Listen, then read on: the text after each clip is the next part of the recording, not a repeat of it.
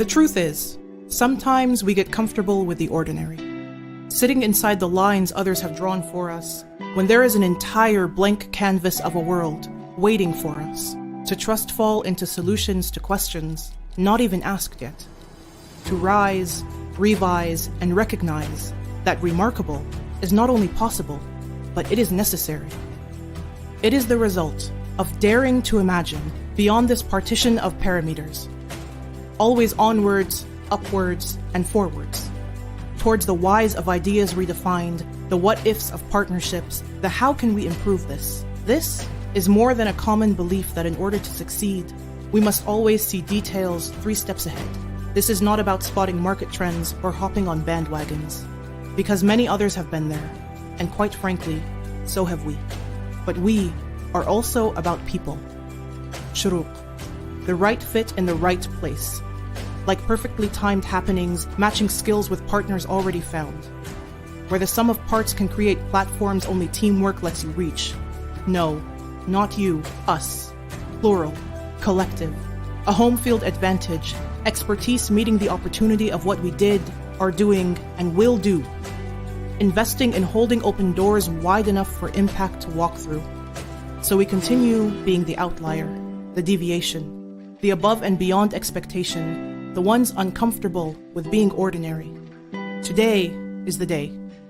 Join Shuruq Partners.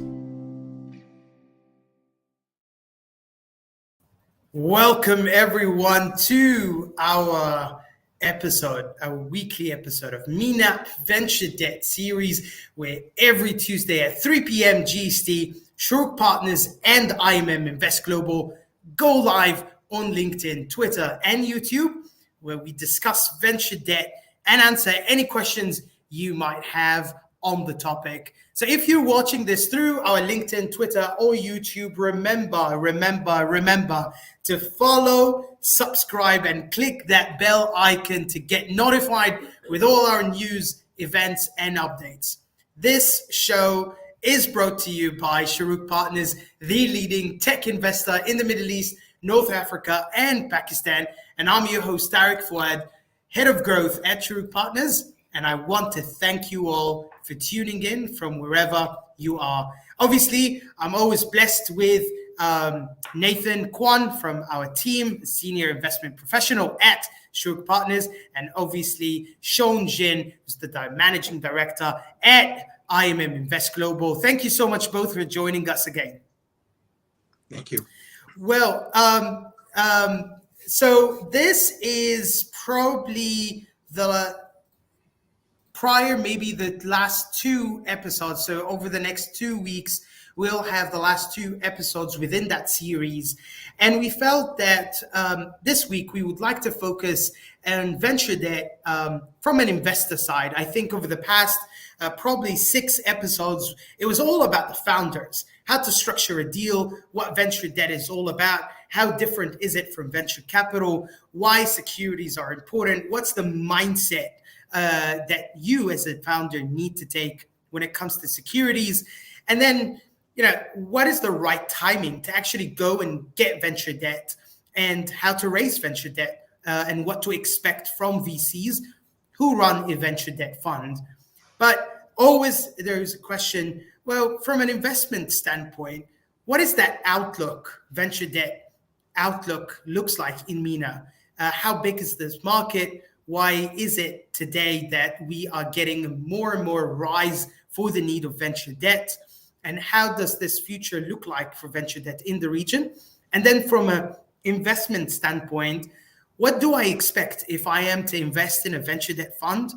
As an investor, why should I care? Why should I check this asset class out? And most importantly, what should I expect, or how different is it from investing from a venture equity side? So a lot of these questions are things that we would like to explore together with Nathan and Sean in this episode. Everybody who's watching us today, remember, this is an episode all for you. So make sure that you put your questions right in the comment section. We'll be able to see them, pull them in and answer them right away. So appreciate if you can shoot your answers right away in the comment section. You don't need to wait till the end of the episode. This way we can make sure that we get right into it from the beginning. And I'll start with you, Nathan, first. Would be great to tell us a little bit more about the venture debt market. How does it look like today in this region? Sure.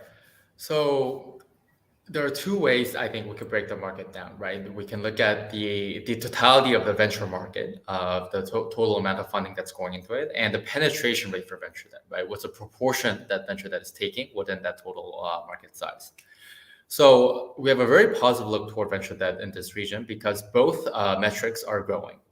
So if you look at the total amount of venture funding into the MENA region, so by end of 2021, it was about 1.5 billion. We had broken through that 1 billion mark 2 years ago. And now the numbers are, of course, still just rolling in, but we are expecting the 2021 venture funding to have reached a total of $2.6 billion. So and this just confirms what everyone in the region and everyone who's investing in this region already knows, right? This market is growing incredibly fast. There's a huge number of founders and startups coming online every day. And the investor interest in the region is growing more and more as well. Kleiner Perkins, Sequoia, all of these guys made their first Middle Eastern venture investment last year. And we're only seeing more and more kind of international investor interest growing into this region.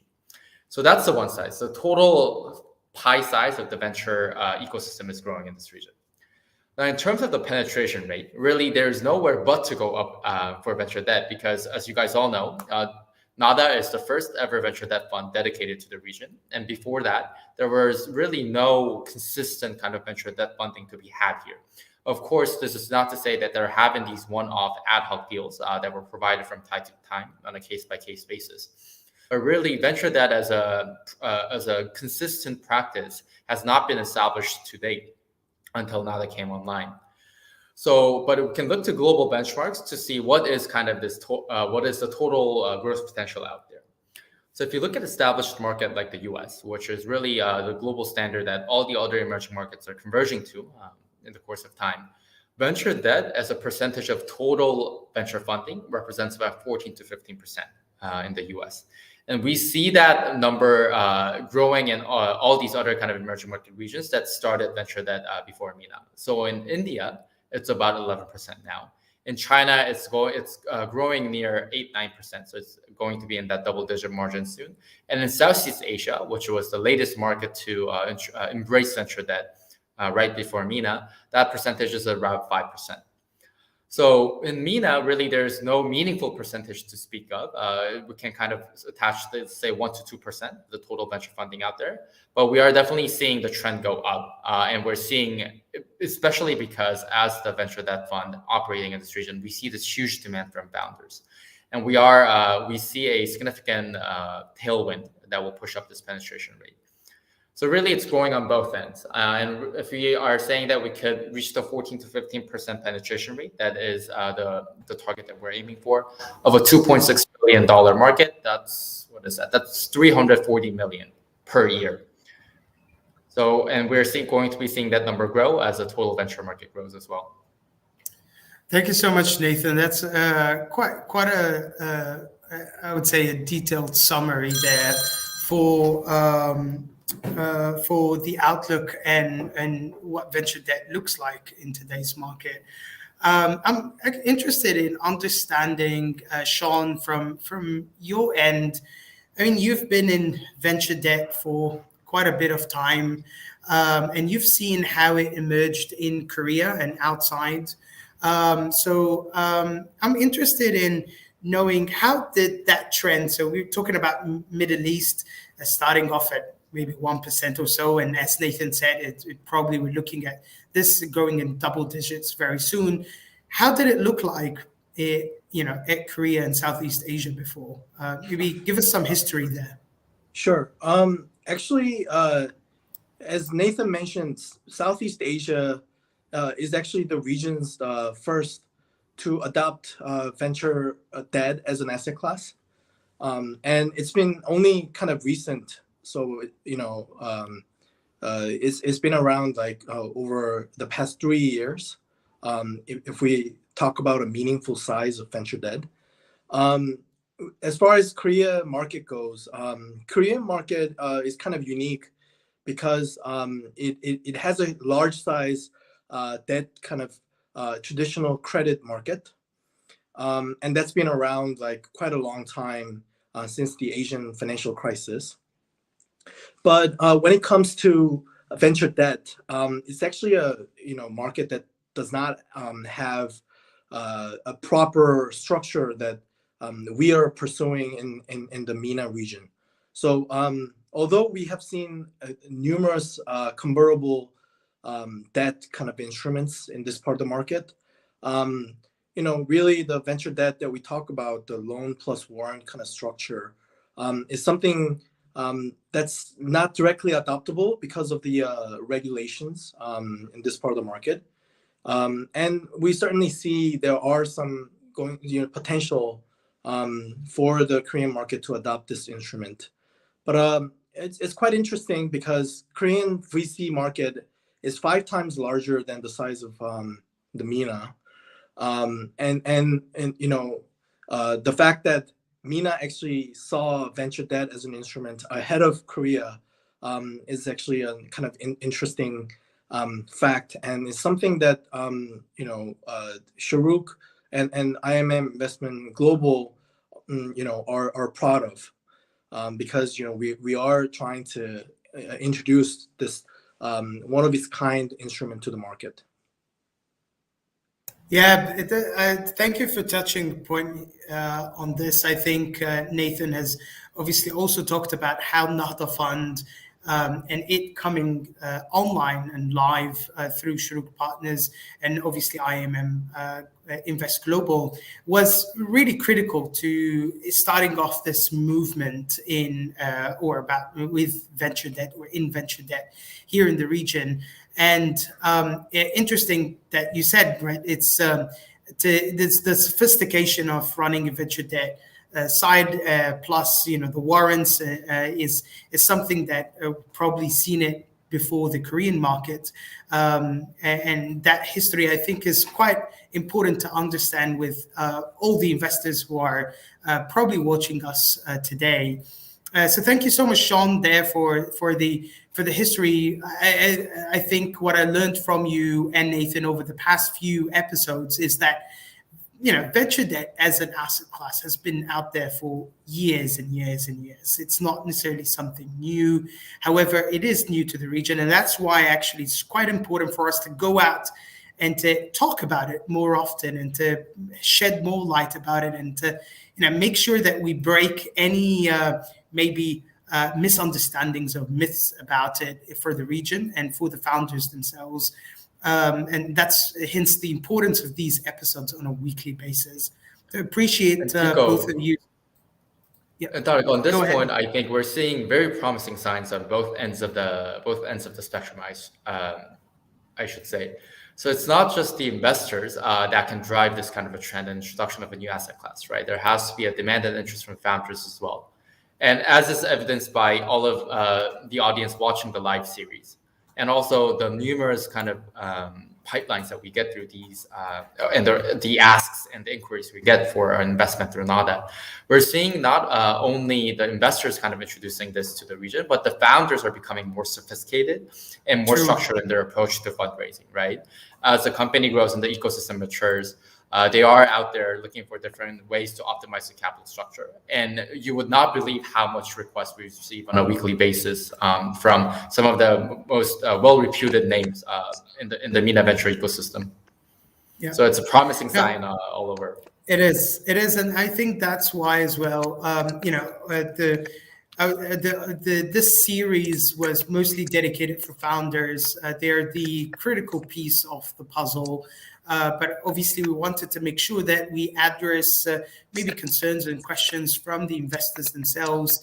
Hence, this episode is dedicated mostly on looking at venture debt from an investor's angle, looks like the outlook of venture debt is quite promising. The market is just going to grow up, as you said, Nathan. And as probably Sean has experienced over the past years in Southeast Asia, probably the trends are going to follow the same when it comes to the Middle East. So seems like probably the right time for investors to figure out whether or not venture debt is something that they could consider for their own portfolio. And if so, then reaching out to partners and IMM Invest Global could potentially be an initial step of kind of understanding that a little bit more. So this is a great maybe segue for me to ask, from an investor standpoint, usually you reach out to a VC firm and you kind of, the venture funds are straightforward. I think it's been out there for quite a while now. So I would say, you kind of know that there is a time span of years that the fund will deploy and invest, and then as an investor, you expect your fund to return back multiples on your investments. That structure has been out there for quite a while. I'm not sure how different is it when it comes to venture debt, right? What do I expect as an investor investing in a VC fund? And maybe Sean, I would love to start off with you first. How does this dynamic work to begin with? Sure. When you think about venture investment, people usually say it's a high risk, high return. So you invest in early stage companies, sometimes with just the founder's vision and a minimum viable kind of product. That of course represents enormous kind of risk. And if it works out, your payoff is humongous. But as much as you see a lot of successful cases, there are also a number of cases where investors don't get enough return. When it comes to venture debt, we use the term managed risk, meaning that we try to manage the risk profile of the investment target by looking at the business model risk and the target's capability to generate cash flows.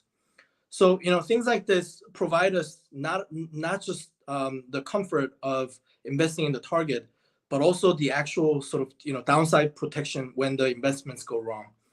So because we collect return, a significant portion of our return in the form of the loan interest, there's a managed kind of risk factor in our investment, and that's the biggest kind of difference. And the second kind of difference between plain equity investment versus debt is the fund life. So you typically deploy to a venture equity fund, then it's around 7 to 10 years of fund life. But venture debt typically asks for a shorter period, 4 to 5 years, and sometimes these loans are structured over 3 years or less, which means that you collect interest income as well as the principal repayment at the maturity. That of course goes get distributed back to the investors. And then we try to capture additional equity upside through warrant. So that way, investors can get their LP distributions a lot faster than a typical equity investor. So that also represents managed risk versus the high risk profile that you face as an equity investor. Mm-hmm. Love that. So quite a different dynamic from venture equity, and expectations are quite different there. I would love for Nathan, if you obviously with the different dynamics and expectations, you do expect that probably there are different types of investors who would and kind of profiles, I would say, that venture into venture debt versus equity. From maybe your experience, what kind of profiles usually are more interested on the debt side and you see more often speak on the debt side? Tarek, so I think that's how a lot of people tend to think about it, whether you want to invest in equity or you want to invest in debt. But really, the way we see it as a portfolio manager and asset manager is you always want to be diversified, right? And that is the number one rule of investing. I think equity and debt both has its merits, and it also has its both has its shortfalls and weaknesses. And so the best way for me is for you to invest in both assets at the same time. So we never say that venture debt could substitute venture equity, because that's not the purpose of the investment. So, and that goes both for founders and for the investors who are looking to invest into the fund, right? Because as Sean mentioned, the great thing about venture debt is that it has a short return period. There's a regular coupon payment that is a great kind of a boost to your returns and your yields, because cash flow comes in regularly and immediately. And then the fund term is shorter, so that there's a quicker return period on the overall capital as well. Now, if you put that together with a venture equity, you have a very attractive portfolio. You have an immediate cash flow that is coming in regularly that is boosting your returns. And then on the long term, down the horizon, you have your venture equity investments that could bring in multiples of what you put in down the road. So really, I think the best way to do it is to invest, have an exposure to both, because venture debt is a complement, not a substitute to venture equity. I love that. And actually, it goes well with what we've discussed in maybe a few episodes ago, that, you know, from a founder's perspective, venture debt is there to complement your journey, and that you want to put it in a specific parts or specific timings where you can actually bring about more, I would say, performance out of your own company without necessarily giving out much equity. And it seems like it also is relevant to the investors from a diversifying perspective, and making sure that you balance the risk that is there in venture equity with venture debt and vice versa. So I love what you just said there, Nathan. Thank you so much for bringing that up.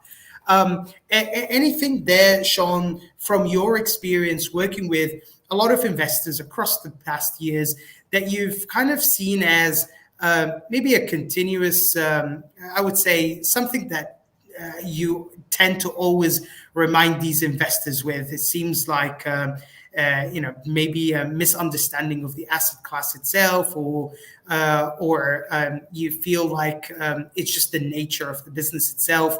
What are some of the things that you continuously find yourself repeating to investors who come and invest in venture debt? What are the key elements you want them to always remember? Sure. I think it's a new asset class for a lot of investors. So it's important to sort of have a proper understanding, because if you don't really spend time over this concept, you can actually get caught up between traditional credit and venture investing. You know, for instance, some people might, can say, oh, why am I assuming the same venture equity risk by investing in a venture company and only enjoying limited upside? That reaction, I sometimes face because people, when it comes to venture investing, they always hear cases where some companies make 10 times 50 times equity upside, and that obviously does not exist in this part of investment. But when you actually look at overall performance of venture equity industry, it's actually surprising to see how the average IRR comes out to be. And oftentimes, a lot of well-reputed venture investors average around 15 to 20% IRR. Of course, I have to qualify this statement by saying the top Silicon Valley investors might as well have very rigorous return profile in excess of 50%. But if you look at the overall, that's the type of return profile. And if you really delve into that kind of space, you can easily find that venture equity is much higher risk, versus you sort of achieve the similar kind of return profile through by having this downside protections and the psychological comfort that this company in the end, if things go wrong, you still have this money generating machine that you're collateralizing against, which give you much bigger comfort. And these types of comfort, traditional credit investors will also have. But if you look into these credit funds, the maximum IRR that you can target is between 10 to 15% at max.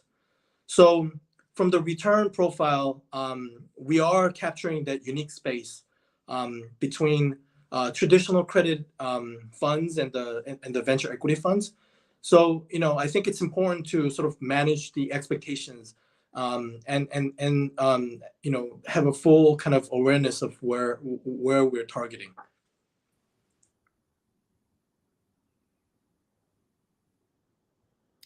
Tarek, I think you might be on mute. So yeah, thank you for that. Thank you so much, Sean. I think you touched upon a few very important elements there when it comes to expectations of IRR and the returns there from a venture debt side, and kind of aligning on expectations and ensuring that the right education is there to begin with, so then you know exactly what to expect and how the asset class works. I think these are very, very important messages to all the investors who are part of this, and I think that's again goes back to the importance of the series and all the videos. So if anyone missed any of the previous episodes, make sure that you tune into our YouTube channel. You'll find all our previous episodes there, and obviously you can reach out to us at sharuk.com, or you can reach out to IMM Invest Global through imm.co.uk, right? So I would like to bring about a question for you, Nathan. There, Sean did say something about companies that are defaulting. I think this could potentially be a very common question from all the investors. Yes, it's probably venture debt seems like a more of a managed risk than venture equity in a sense.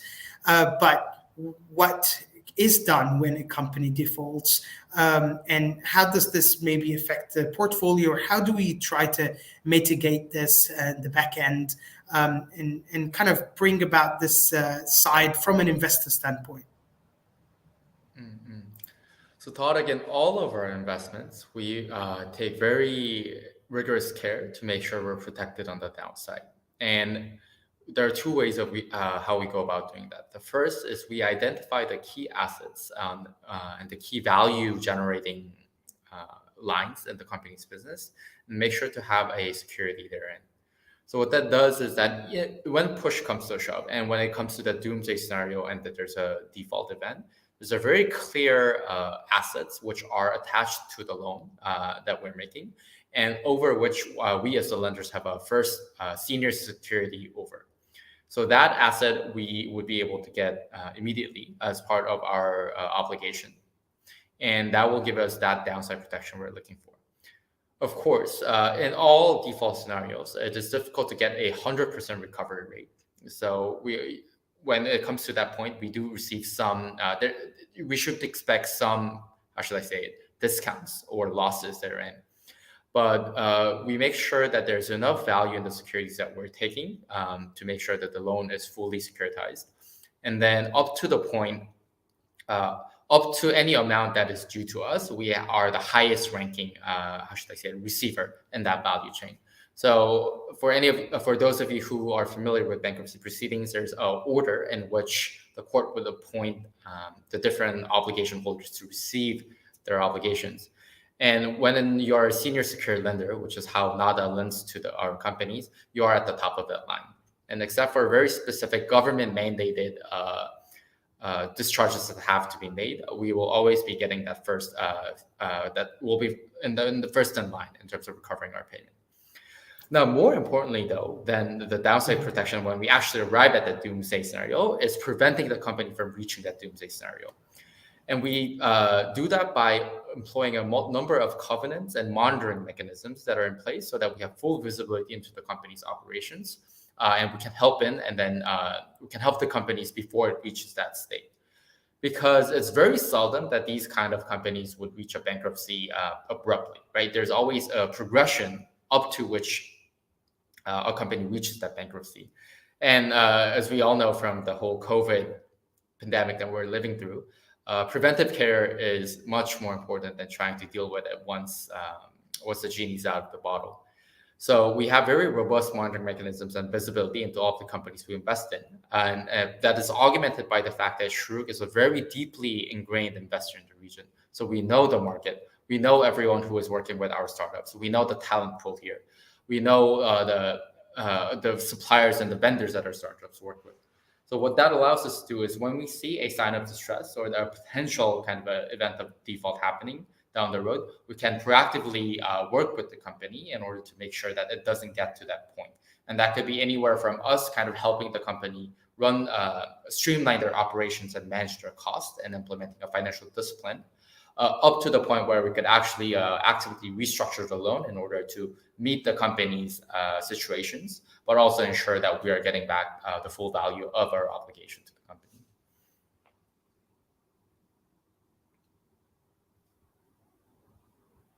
Thank you so much, Nathan. Very, very detailed there. I think today I'm getting my mics on and off, the wrong clicks there. But I appreciate all the details here, there, Nathan and Sean. Wanted to obviously this is coming to an end of this episode.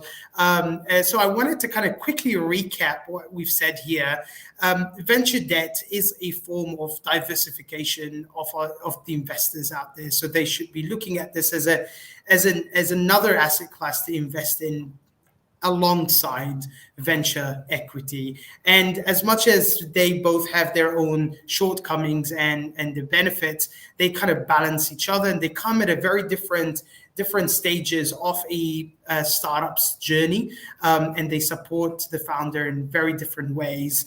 Nevertheless, venture debt seems like it's a more managed risk and something that it plays differently when it comes to the tenor of the fund itself and the expected returns compared to venture equity.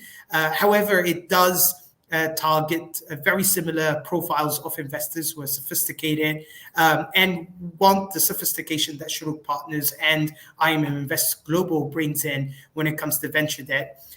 Probably finally, ensuring, just like probably with all investments, unless you're educated enough and you have kind of done enough due diligence and you've talked to many professionals in this this arena, this sector, education becomes the number one thing that you want as an investor to do. And this can potentially happen just by reaching out to us through shuruk.com or IMM Invest Global through imm.co.kr. We've been in venture debt for quite some time now. And obviously, we'd love to be able to share our knowledge, to share our understanding of the region and how to ensure the portfolio is managed at an optimum level. Finally, the debt side comes with its own risks, and the way we manage this is through ensuring that the portfolio is managed and that we see signals of distress right at the beginning or as early as possible to ensure that we manage the losses there or the cases of default and that the portfolio continues to perform. Obviously, we can go on and there are tons of things that we can go in details more there. So in case you missed this episode and you looked at it, feel free to reach out to us through our social media handlers at Shuruk Partners. That is at Shuruk Partners on LinkedIn, Instagram, Twitter, and YouTube. Feel free to obviously reach out to us through hello@shuruk.com, and that is through our website, shuruk.com. I believe there was a question there that I don't want to miss on it from a founder. So Anas Halabouni is asking, we are a fintech in pre-seed stage and we're seeking investment through equity. What do we advise? Anas, I would love to take that on. We would love to support you and hear more about what you have. So feel free to reach out to us at shuruk.com. There is a Get Funded button there that you'll find on the top right corner of our website. That will actually get you right away in front of our investment team. And we're happy to support with a one-to-one engagement and just get to understand more about what you are building and to discuss equity side there. For all the investors who are watching us, feel free to reach out to us separately after this. And finally, I can't thank enough our own experts here, Nathan Kwan, Senior Investment Professional from Shuruk Partners, and Sean Jin, Director at IMM Investment Global. Thank you so much both for continuously adding value there to the ecosystem and for providing us a lot of knowledge there over the past few episodes. Thank you. Finally, I would love to remind everybody, subscribe, follow us, and click that bell icon to get all notifications about our events and news from myself and Shuruk Partners. We wish you all the best. Thank you.